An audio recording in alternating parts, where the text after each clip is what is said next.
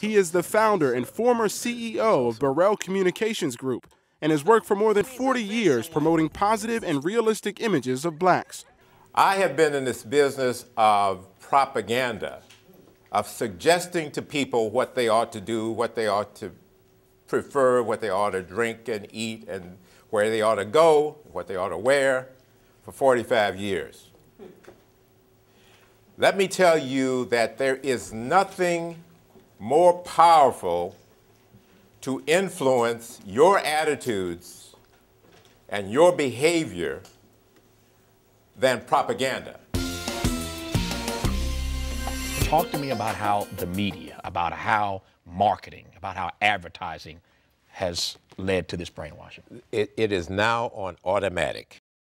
We are 41 million people strong in this country.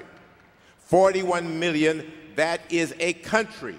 That is a country like Argentina, that is a country like Spain.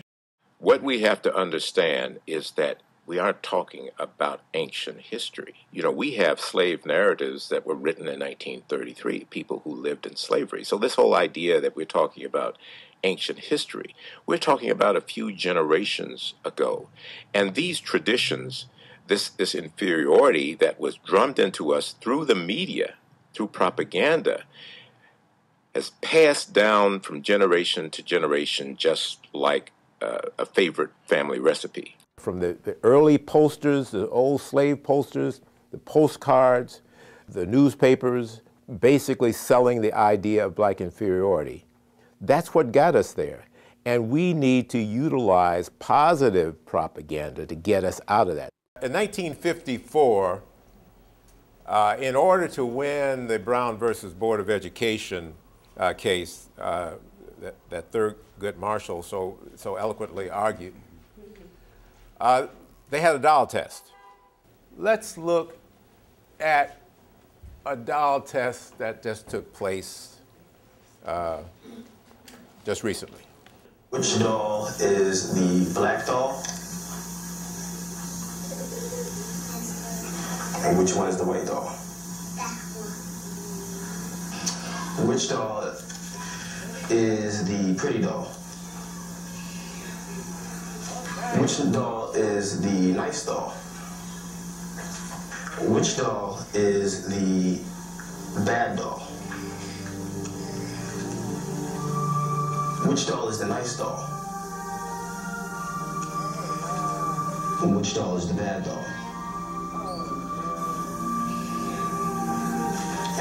And why is that doll pretty? Because she's white and he has 2 eyes. Which doll is the ugly doll? Why is that doll ugly? Because he's black. Which doll looks most like you? Like me? Yeah, which one looks like you? And that one. Okay.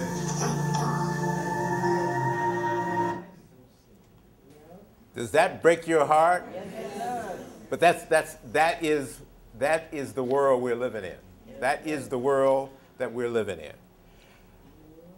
When do we get to the point where, after doing the same thing, taking the same approach over and over again, getting the same results, not making progress, when do we wake up and say, there's something missing? We got to do something different. The good news is that it goes both ways. We can actually, in 2011, turn around the negative onslaught through positive imaging. That's where the hope is. And the hope is through the new media that we're able to do that. Thank you very much.